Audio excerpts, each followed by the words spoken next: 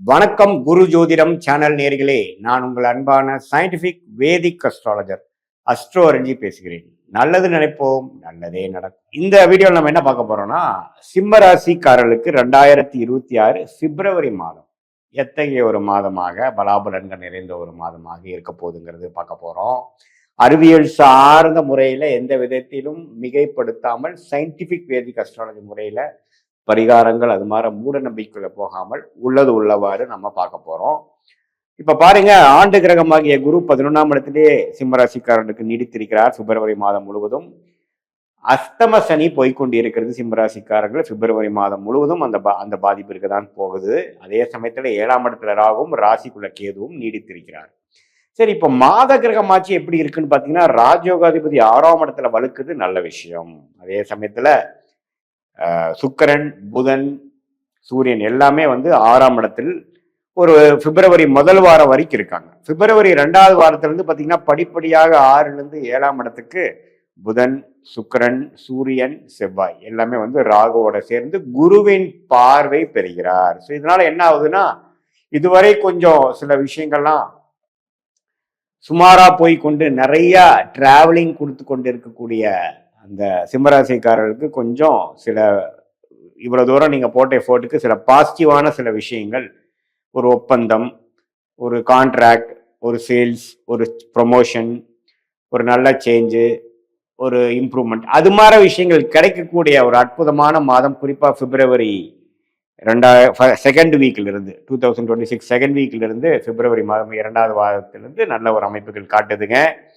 So இதுல பாத்தீங்கன்னா, உங்களுடைய தொழில் முனைவோர், மார்க்கெட்டிங் லைன்ல இருக்கிறவங்க, வேலைக்கு போயிட்டு இருக்கிறவங்க, வேலைக்கு ட்ரை பண்ணிட்டு இருக்கிறவங்க, அவங்களுக்கு எல்லாமே பார்த்தீங்கன்னா கொஞ்சம் நல்ல டக்குன்னு சில ஆப்பர்ச்சுனிட்டி உங்களை தேடி வரக்கூடிய அமைப்பு, சில வாய்ப்புகள் எதை நீங்கள் எதை நோக்கி நீங்கள் மைண்டு செலுத்தி நீங்கள் முயற்சிகள் செய்து கொண்டு இருந்தீர்களோ அதே அமைப்புகள் உங்களை தேடி வரக்கூடிய அமைப்புகள் உண்டு.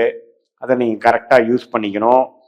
அதே சமயத்தில் ராஜயோகாதிபதியாகிய செவ்வாயே 7ஆம் இடத்துல போய் இவனோட பார்க்கறதுனால கொஞ்சம் கோவங்கள், நிதானம் இல்லாத ஒரு தருணங்கள், அது மாதிரி சில விஷயங்கள்லாம் வரக்கூடிய அமைப்புகளும் உண்டு. அதாவது கிளையண்ட்ஸு, கஸ்டமர்ஸ், கொலீக்ஸ், அன்றாட மீட் பண்ணக்கூடிய நபர்கள், நண்பர்கள், அது மாதிரி விஷயத்துல கொஞ்சம் கோபதாபங்கள்லாம் வந்தாலும் கொஞ்சம் பொறுமையா போய் வீரத்தை காட்டிலும் விவேகமே பெரிது அப்படிங்கிற மாதிரி அமைப்புல போனீங்கன்னா நல்லாவே இந்த அஸ்தம சனி தாக்கங்கள் நிறைந்த ஒரு தருணமாக சிம்மராசிக்காரர்களுக்கு அதிக அலைச்சல்கள், நட்பு பாராட்ட முடியாத ஒரு அமைப்பு, குடும்பத்துல ஒரு நிம்மதியான ஒரு அமைப்பு இல்லாமல் ஒரு மாதிரியாக, அதாவது ஒன்னா ஸ்ட்ரெஸ் அல்லது பண விஷயங்கள் அல்லது உடல் நல விஷயங்கள், உறவுகள் விஷயங்கள், தொழில் விஷயங்கள், நிதி விஷயங்கள், பண விஷயங்கள் எல்லாத்துலேயுமே கொஞ்சம் ஒரு மாதிரியான திருப்தி இல்லாத ஒரு அமைப்பை கொடுக்கக்கூடிய அமைப்பு தான் அஸ்தம சனி.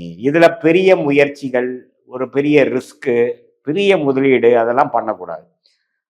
பேசிக்கலா நம்ம பண்ண வேண்டிய விஷயத்தை கொஞ்சம் அப்படியே சிரத்தையாக டியூ டெலிஜென்ஸோட நம்ம செய்யும் பொழுது ஓரளவுக்கு பிரச்சனை இல்லாம வந்துடலாம். இந்த அஸ்தம சனி நடக்கும் பொழுது பெரிய ஒரு முயற்சிகள், புதுசா ஒரு இனோவேட்டிவா பண்றதெல்லாம் பண்ணீங்கன்னா தவறா போவதற்கோ அல்லது அதுல வரக்கூடிய லாபங்கள் வருவதற்கு ரொம்ப டைம் ஆகுது அப்படிங்கிற மாதிரி விஷயங்கள்லாம் கொடுத்துரும்.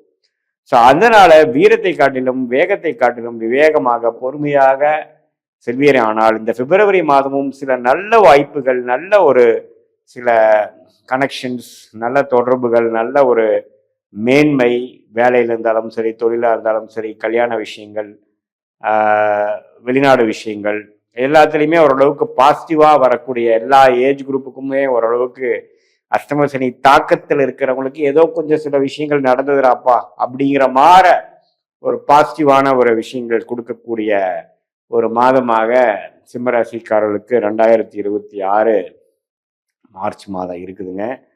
பிப்ரவரி மாதம் இருக்குது, அதை மறந்துடக்கூடாது. ஸோ அதனால இப்போ போக்குவரத்துல போகும் பொழுது, வண்டி வாகனம் செலுத்தும் பொழுது, இரவு நேரம் போகும் பொழுது நம்ம கேர்ஃபுல்லா இருக்கணும். ஏதோ ஒரு நினைச்சிட்டு போய் நம்ம மறந்துடக்கூடாது. சிரத்தை இல்லாமல் செயல்பட முடியாது. பேச்சு விஷயத்துல கவனமாக இருக்கணும். புதுசா ஒரு நபரை மீட் பண்ணும் பொழுது அவங்களுடைய ட்ராக் ரெக்கார்டெல்லாம் செக் பண்ணிட்டு தான் நீங்க அவங்களுக்கு வேணுங்கிற சில பண பரிவர்த்தனையா இருக்கட்டும், பணம் அனுப்புறதா இருக்கட்டும், கொடுக்கல் வாங்கலா இருக்கட்டும், டக்குன்னு ஏதோ ஒரு ஆர்டர் கிடைக்குதே, ஒரு வாய்ப்பா வருதேன்னு நீங்க வந்து செயல்படக்கூடாது. எல்லாமே வந்து பொறுமையா போகணும். ஏன்னா ஏமாந்தோம்னா ஸ்கேம்ல போய் மாட்டுறது, தேவையில்லாம அவசரப்பட்டு அதுக்கப்புறம் பிற்காலத்துல வந்து கொஞ்சம் ஃபீல் பண்றது அப்படிங்கிற மாதிரி அமைப்பை கொடுக்கக்கூடிய ஒரு தருணமாக சிம்மராசிக்காரர்களுக்கு இருக்கு. அதே மாதிரி மூத்த சீனியர் சிட்டிசன் சிம்மராசிக்காரர்கள் கொஞ்சம் கேர்ஃபுல்லா இருக்கணும். பாத்ரூம் அது மாதிரி விஷயத்துல போகும்பொழுது ஏதோ நினைச்சிட்டு போகக்கூடாது. கீழே தண்ணி இருக்கா இல்லையான்னு பார்க்கணும். திடீர்னு உங்களை ஏமாறக்கூடிய ஒரு நீங்க எதிர்பார்க்காத டைம்ல ஏதோ ஒன்று வலிக்கிட்டு விழுகிறது, காலில் அடிபடுறது, அது மாதிரி விஷயங்கள்லாம் நடக்கக்கூடியனால நம்மவே கவனமா பொறுமையா மன உளைச்சல் இல்லாமல் கொஞ்சம் பொறுமையா தியானம் பண்ணி கொஞ்சம் மெடிடேஷனோட கொஞ்சம் தெளிவோட இருக்கும் பொழுது வரக்கூடிய ஆபத்திலிருந்து நம்ம தப்பிச்சிக்கக்கூடிய அமைப்புகள் கொடுக்குதுங்க.